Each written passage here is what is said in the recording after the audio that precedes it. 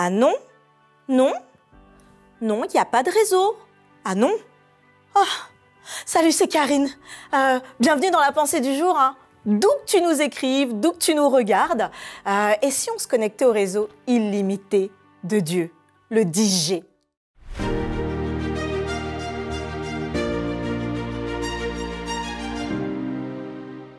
La pensée du jour se trouve dans Actes, chapitre 1, verset 8. « Mais vous recevrez une puissance lorsque le Saint-Esprit viendra sur vous, et vous serez mes témoins à Jérusalem, dans toute la Judée, dans la Samarie et jusqu'aux extrémités de la terre. » Depuis quelques années, la 5G est déployée en France et dans le monde entier. La 5G, c'est la 5e génération de réseau mobile, la technologie qui nous permet d'utiliser nos téléphones portables. Les premières générations ne permettaient que les appels vocaux, puis l'envoi de SMS. Les plus récentes ont permis de développer de nouveaux usages. Se connecter à Internet, accéder à des applications ou passer des appels vidéo et même tes petites photos que tu envoies aussi sur WhatsApp. Avec la 5G, on peut télécharger de grandes quantités de données sur son téléphone portable et cela est beaucoup plus rapide et beaucoup plus stable. Et si je te disais que la 5G ou même la 6G, dont le satellite a été déployé par la Chine en 2020, n'est rien à côté du réseau 10G illimité de Dieu. Actes, chapitre 1, verset 8 nous dit « Mais vous recevrez une puissance lorsque le Saint-Esprit viendra sur vous. Et vous serez mes témoins à Jérusalem, dans toute la Judée, dans la Samarie et jusqu'aux extrémités de la terre. » Cette puissance, le Saint-Esprit, est un réseau bien plus puissant que tout ce qui pourrait exister. Pourquoi? Parce qu'il est d'essence divine. Ce réseau, c'est vrai qu'on ne le voit pas. Mais le réseau 4G ou 5G sur ton téléphone portable, tu ne le vois pas non plus. Et pourtant, tu peux très bien appeler. Ce réseau est tellement puissant qu'il te permet de fortifier quelqu'un à distance, de faire intervenir les anges de Dieu pour aider une personne, de te donner la paix, cette paix incommensurable dans un moment de détresse.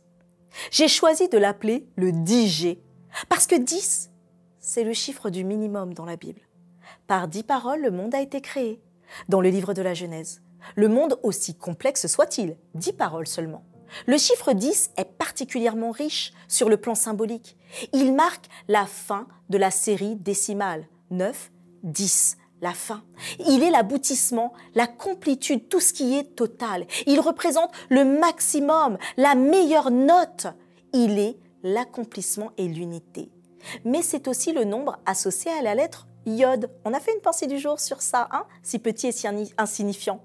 Le Yod, c'est une petite apostrophe.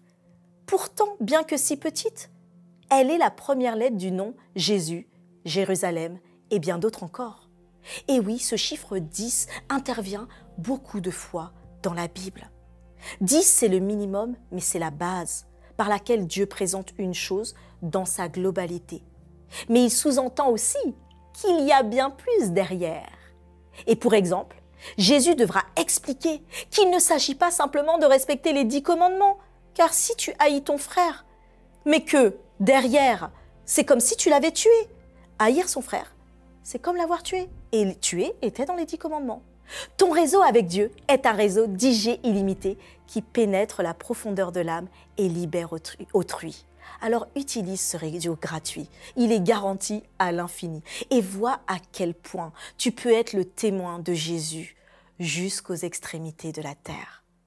Aujourd'hui, faisons le test de rester constamment en communication 10G illimité avec Dieu, d'utiliser le réseau le plus puissant que l'humain ne pourra jamais créer et de transformer des vies et des circonstances par la prière.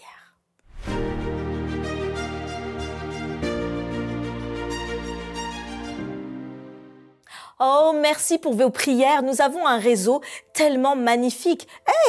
C'est presque une église qu'on a là dans les commentaires. Merci à tous pour ce moment merveilleux quand nous lisons vos textes et d'ailleurs toute l'équipe se joint à moi. Nous avons avec Dieu ce réseau illimité 10G. Alors ne perds pas de temps, abonne-toi, like et surtout partage la pensée. Rendez-vous demain pour une nouvelle pensée du jour.